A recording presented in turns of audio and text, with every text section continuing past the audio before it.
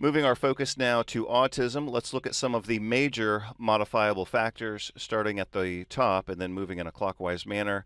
I think the key, foundational, and fundamental kind of cornerstone or keystone aspect of autism is the neuroinflammation and neurotoxicity.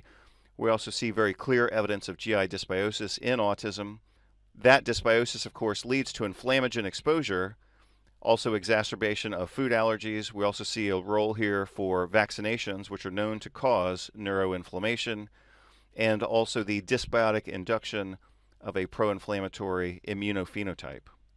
Patients with autism also show evidence of toxin exposure and accumulation, and at least part of that can be attributed back to gastrointestinal dysbiosis through the mechanism that I showed you previously, specifically that gastrointestinal dysbiosis leads to elaboration of excess endotoxin, and that endotoxin inhibits the cytochrome P450 detoxification pathway.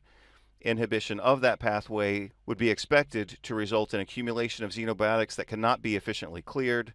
Those xenobiotics, of course, have neurotoxic effects as well as mitochondrial impairing effects.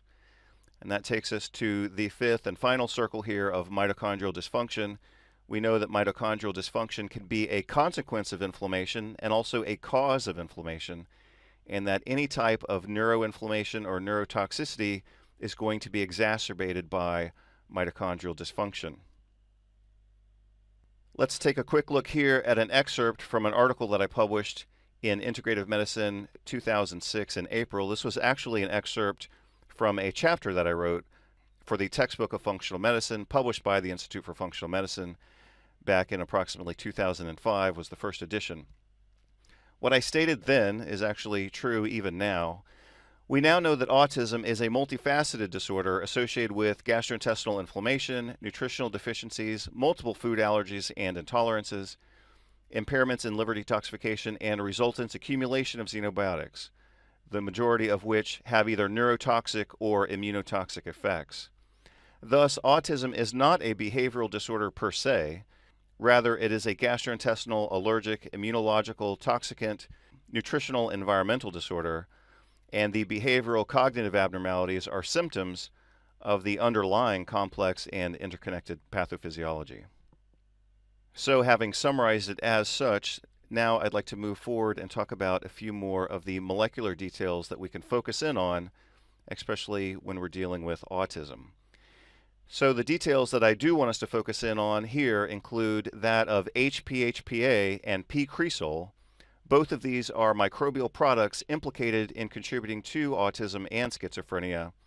HPHPA and P-cresol both block the conversion of dopamine to norepinephrine. This leads to excess dopamine and reduced norepinephrine levels. Excess dopamine, of course, is neurotoxic and is thought to directly contribute to various psychotic states, and for this reason, of course, we all appreciate that most of the classic antipsychotic drugs are anti-dopaminergic drugs. That is, they block dopamine receptors, and that's how they are thought to provide their therapeutic benefit.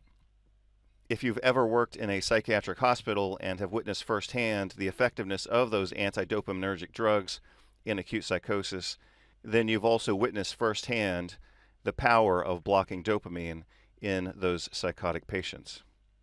Second major bullet point here is neuroinflammation via the kynurenine and quinolinic acid pathways. We know that this enhances, again, dopaminergic neurotransmission while reducing levels of serotonin and melatonin. Again, anytime we talk about melatonin, I want you to think not simply of sleep, but also melatonin's potent antioxidant effects and also its ability to help protect and maintain mitochondrial function, not simply, again, through its antioxidant effects, but more specifically through its ability to stimulate the electron transport chain, complex number 1 and complex number 4. Also very important in the pathophysiology of autism is the gastrointestinal microbiota production of propionic acid, which induces neuroinflammation and, again, mitochondrial dysfunction. So you'll see a bit of overlap there, which leads to excess dopamine and impaired mitochondrial function within the context of neuroinflammation.